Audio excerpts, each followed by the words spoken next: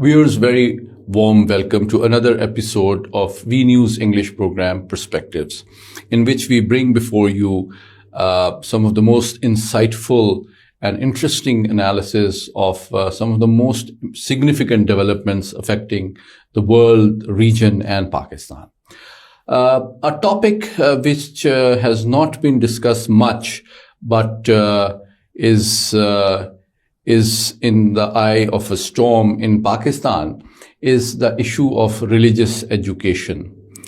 Currently, there is a discourse regarding how and whether it should be mainstreamed or not.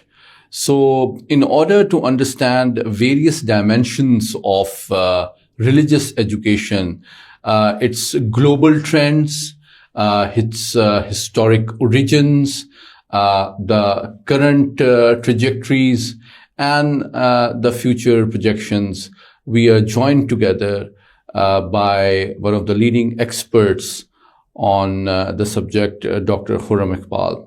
Dr. Saab, thank you so much for joining us. My pleasure, Dr. Saab. Thank you for having me. Dr. Saab, first tell us, when we discuss the issue of education of religion, why it is seen as a distinct subject. Education includes all aspects of human life and human behavior and human activity. But in Pakistan, we see that there is a distinct system, culture, environment, methodology, and curriculum reserved for religious education, which is distinct and different from all other branches of knowledge.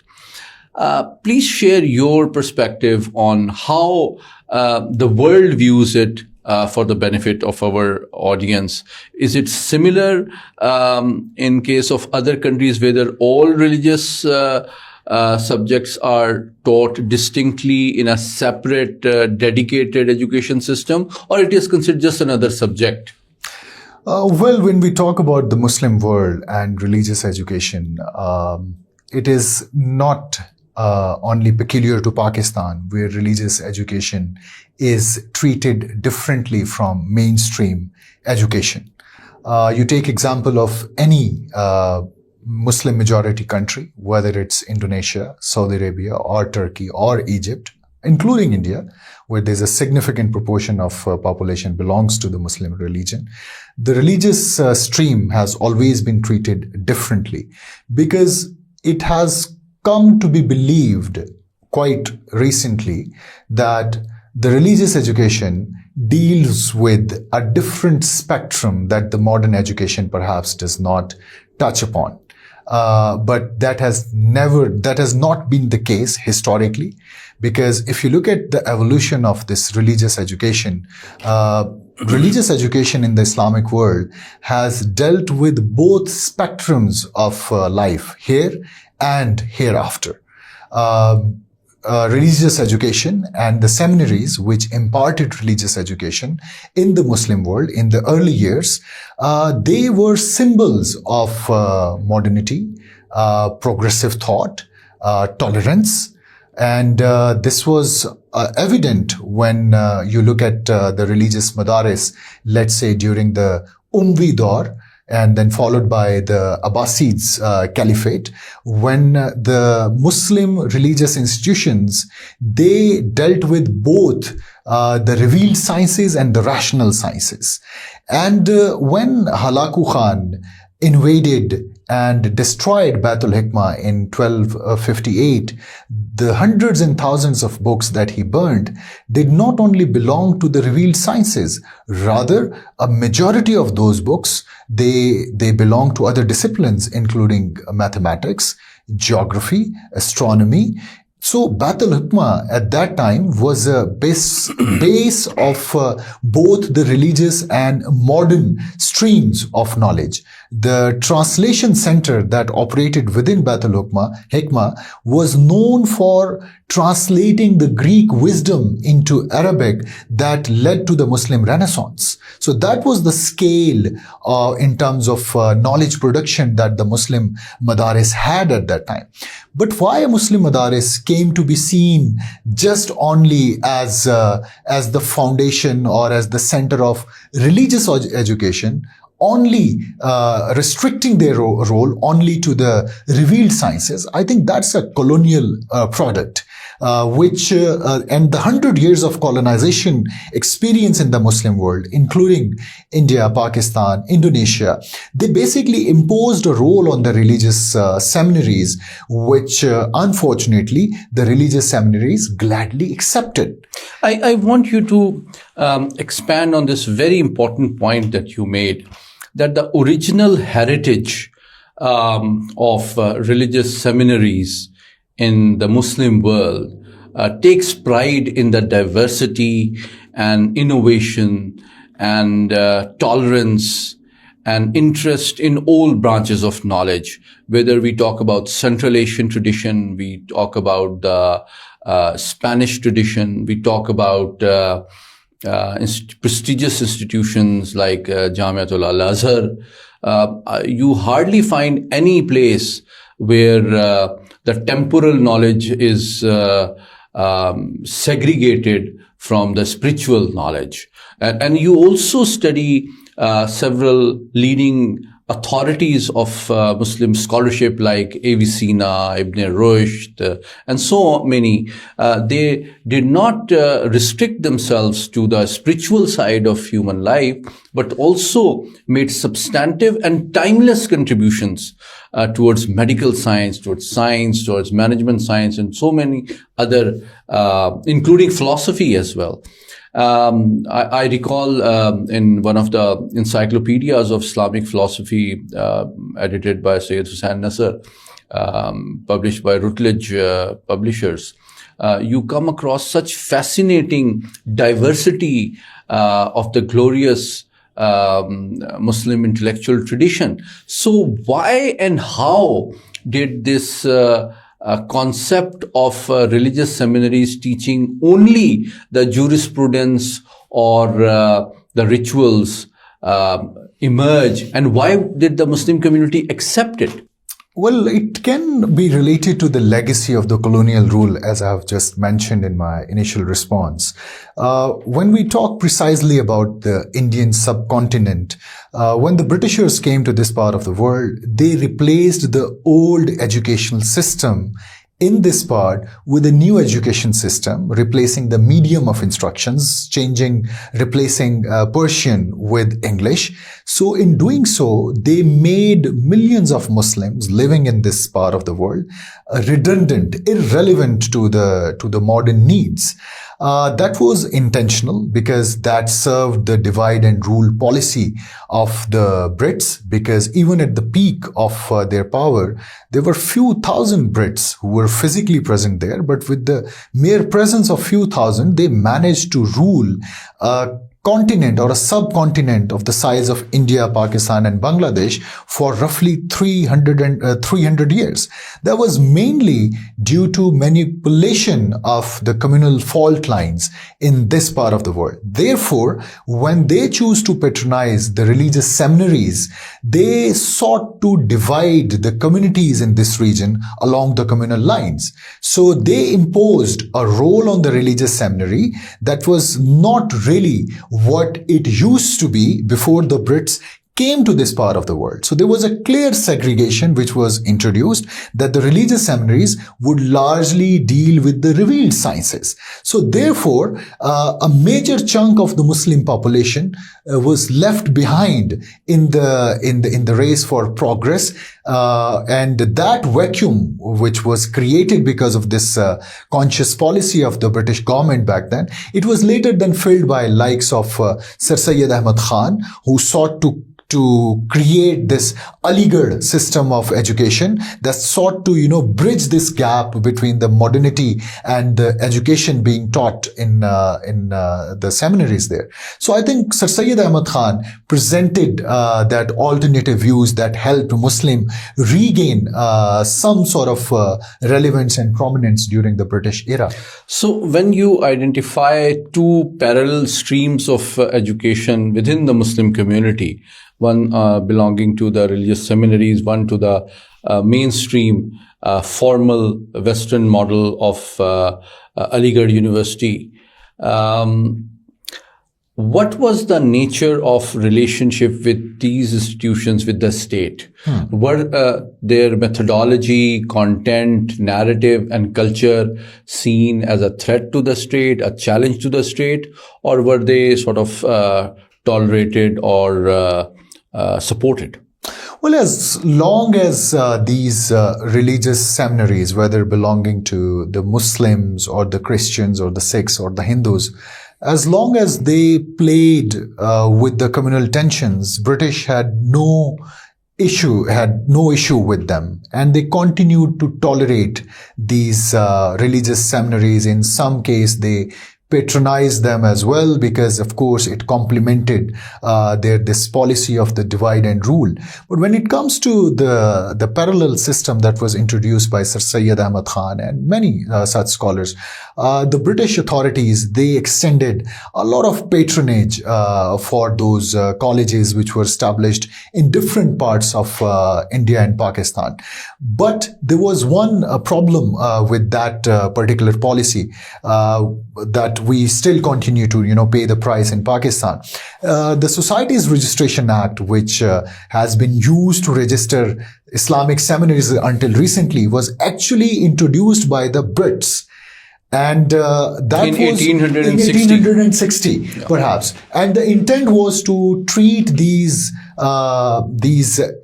entities as a charitable organization, not as the center of knowledge or center of knowledge production. So that was the role that the Britishers had imposed on the religious seminaries, which unfortunately our religious clergy has accepted unconsciously, and they refuse to let it go even till today. But I want you to further elaborate on this very important point, because it raises two very important questions. That what was the incentive given to the ulama or the leadership of the religious seminaries when they are being registered under the Societies Act or the Charities Act, and which tantamount not to accord them a formal accreditation or recognition as a seat of learning? What will be implication for its degree awarding system? Will those products of that education system be accepted and absorbed in the government services and departments? And will the faculty members of those seminaries have a career path of their own recognized by the state or not? Because these are aspects of education system which you as a leading scholar yourself know are taken for granted in the mainstream education system consisting of school, colleges and universities. So why should the leadership of seminaries accept a parallel system which deprive them of these incentives? Well, post-partition, I think there was a strong realization in the government circles that the system introduced by the British authorities with a totally different intent is not going to pay the dividends. It's not going to work in post-independence Pakistan. That's why since 1950s, there have been efforts by different successive governments to reform the madrasa education system, because it was realized that to transform or to regain their lost image as seats of learning, it is important that they have to be regulated in a different manner. So the first attempt was made by General Ayub Khan in 1960s. A commission was formed, but somehow it failed to bring about the reforms that he had envisioned. Zulfikar Ali Bhutto also tried to bring those madaris into the mainstream. Unfortunately, he also failed to do that. Can you identify some specific reasons why successive governments failed to convince the leadership of madaris to be mainstreamed? Well, first reason could be that if you look at the creation of Pakistan, it was totally a different set of clerics and ulama who stood besides the founders of the nation for the creation of this country. That was a very enlightened bunch of people who envisioned Pakistan as a progressive Islamic nation state. But gradually, after the partition of Pakistan, those enlightened moderate scholars were sidelined by the same orthodox scholars who had opposed the creation of Pakistan. When I say the scholars who stood besides Qaid-e-Azam, Allama Iqbal, we can name Allama Parvez. He was a great admirer of Allama Iqbal. I think Allama Shibli Nomani. These were the enlightened Shabir Ahmad Usmani. Yes. These were the enlightened voices who actually stood by the founders of Pakistan. But gradually, they were sidelined by the orthodoxy, and once they were sidelined, the orthodox clergy, they hijacked the system. They wanted to preserve the privilege that they have inherited by the British system, and that privilege in form of their registration by the Societies Registration Act brought them unchecked funding.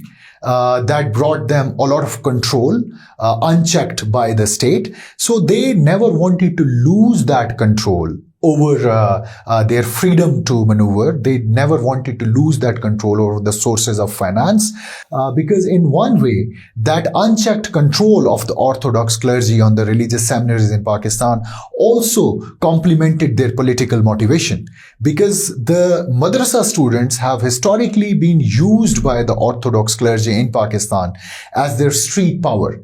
Whenever they have a political agenda, they have weaponized or instrumentalized the Madaris students to bring them on the streets and the roads to basically convince the state to fulfill their demands. So I think that has been the reason that the Orthodox clergy has been reluctant to accept any sort of reform or effort by the government towards mainstreaming of religious seminaries. I think you raise a very important point, that the primary reason why the leadership of Madaris has demonstrated lasting reluctance to be mainstreamed is perhaps based on two reasons. One, their political interest, that they use the Madaris students to promote their own political agenda, which help them get elected and demonstrate street power whenever they have to mobilize large number of people. That's right. Secondly, they want to exercise financial autonomy and not to be dependent on state funds. And they do not want to be accountable or to audit their accounts like any other organization is expected to, but which also perhaps includes disclosure of foreign funds as well. So, but is this expectation similar and doable in any other Muslim country as well, or is it something peculiar to Pakistan? I think if you talk about the era in 1980s and 1990s, religious seminaries, whether in Pakistan, Indonesia, Saudi Arabia, they could, manage to get away with a lot many things because the geopolitical environment actually suited them. It was quite conducive for the mushroom growth of religious seminaries in the Islamic world because of the anti-Soviet Afghan jihad. In Pakistan, of course, all the efforts by the Ayub government and Zulfikar Ali Bhutto, they were reversed once General Ziaul Haq took control. And to produce those mindset which were willing to, wage jihad against the godless Soviets, you needed an extensive network of the religious madaris. And that jihad was, of course, not only led by the Pakistani state. Saudis were involved in that. United States was involved in that. So there was an entire international scheme that facilitated the mushroom growth of madaris. So a lot of unchecked funding was coming from the Arab world. Americans looked the other way when the madaris grew and produced a generation of jihadis in this country. But things have changed dramatically since 9/11. Let me ask this nature of change that you are referring to. When the current leadership of Madaris in Pakistan, some Madaris like the Jamiat Ulama Islam Fazl Rahman group expects to maintain and preserve their financial and political autonomy from state control. What is the basis of their expectation? Because earlier they used to expect financial support from international donors, which perhaps is not so forthcoming anymore. So what is the incentive for not being interested in state support through and regulation through Federal Ministry of Education and Directorate General of Religious Education, which would provide financial support to these institutions,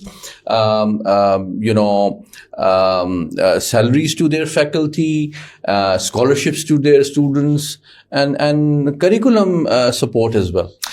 Well, I strongly believe that Maulana Fazlur Rahman and some of his close allies, they are doing no service to religious seminaries in Pakistan by opposing this idea of registering the religious seminaries under the Ministry of Education. Why? Mainly because the political economy of the religious seminaries is at the cusp of a big transformation. During last 4 or 5 decades, these religious seminaries in Pakistan, they used to receive millions of riyals, unchecked funding coming from the Saudi government, private donors, which kept these, 30,000 odd madaris going and keep afloat financially. But during last few years, the Saudi rulers, they have a totally different worldview now. Mohammed bin Salman's reform agenda is very clear, and he believes that to return to where the Saudis once were, it is very important to basically reform the entire religious education system. And therefore, the kind of funding that was channeled mainly through the Arab governments, that is going to dry up soon. Even now, number of madaris in Pakistan, they are suffering from major funding constraints. There have been thousands of students, hundreds and thousands of students, which have been enrolled in those madrasas. And once the funding from the Arab nations, it dries up, their future would be at risk. So driven by this logic, because of this changing global environment, I think the government of Pakistan has done the right thing by creating this Director General of the Religious Education within the Federal Ministry of Education, so that though these madaris, which were previously dependent on the foreign funding, and to receive that foreign funding, by the way, you did not need any sort of legal status. You can just establish a small, building in a far-flung village of Pakistan, take few photos, bring it to the Arab countries, to the donors, and, get millions of riyals there. But now that has changed because of the political situation in Saudi Arabia has changed. So now it is essential for the religious seminaries in Pakistan to change to basically accept this change And this will demand them to basically respond positively to these interventions which are being done by the government of Pakistan. If they want to be eligible for any sort of funding, not only from the Arab government, but from any part of the world, they have to be registered as a legal entity. Because if you're not registered as a legal entity, the international funding becomes a problem. And no international donor is in a position to fund an entity which does not have a legal status in Pakistan. And secondly, given the role or perhaps some sort of correlation between the madrasa education and the kind of mindset that is being produced, I think there's a lot of reluctance in number of Muslim countries as well to finance these religious seminaries. So I think all these changes, they call for a major transformation, not only in the content that is being taught in the religious seminaries, but also in the way they are administered in Pakistan. And that is why perhaps more than 18,600 religious seminaries have decided to register themselves under the government scheme and come under the purview of Federal Minister of Education and DG Religious Education, which will definitely give them the incentive to receive regular financial support for their institution, budgetary support, pays for their faculty members, scholarship for their students. And already more than 100,000 books have been shared with these students, which would also allow them an opportunity to develop skills, not just religious knowledge, which will help them earn their livelihood once they graduate from these seminaries. So perhaps those few individuals or madaris who are reluctant to see the writing on the wall, not only in terms of the global environment, the changing Middle East, the drying up of international financial support, and the tangible financial incentives offered by the government, I hope they'll be able to, in due course, realize that they will benefit far more by becoming mainstreamed and cooperating with the government, which will also provide evidence that they trust the state, they respect the law and constitution, and like any other law-abiding citizen of Pakistan. And this will also help address a lot of unrecorded and unregulated money channels that raise suspicions internationally at FATF and other forums, so that those issues can also be addressed more adequately and satisfactorily. So Dr. Khuram, thank you so much for joining us today for a very candid and insightful discussion on a very important topic. And I'm sure your analysis has addressed a lot of questions which were lingering in the minds of people who wanted to understand the origin of religious education, the global trends, and the rationale of the incentives being offered by the government of Pakistan and how things are likely to unfold. Thank you so much for joining us. My pleasure. Thank you, Rohit.